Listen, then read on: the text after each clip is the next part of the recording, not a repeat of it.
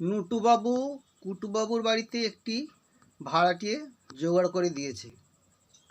কুটুবাবু নুটুবাবুকে বলছে, দাদা, ভাড়াটিয়ার স্বভাব চরিত্র ভালো তো?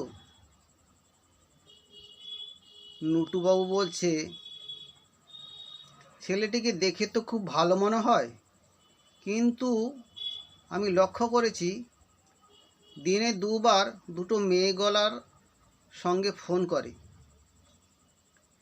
একটি মেয়ে গলার সঙ্গে যখন কথা বলে তখন অফিসে আগুন লাগিয়ে দেয়, টেবিল চাপড়ায়। আবার একটি মেয়ে গলা যখন আসে তার সঙ্গে কথা বলে, কখনো পুষ্পবৃষ্টি ঝরে, কখনো মধুর বৃষ্টি ঝরে। এইবার কিছু বুঝলেন তো? কুটুবাবু বলছে, হ্যাঁ বুঝলাম।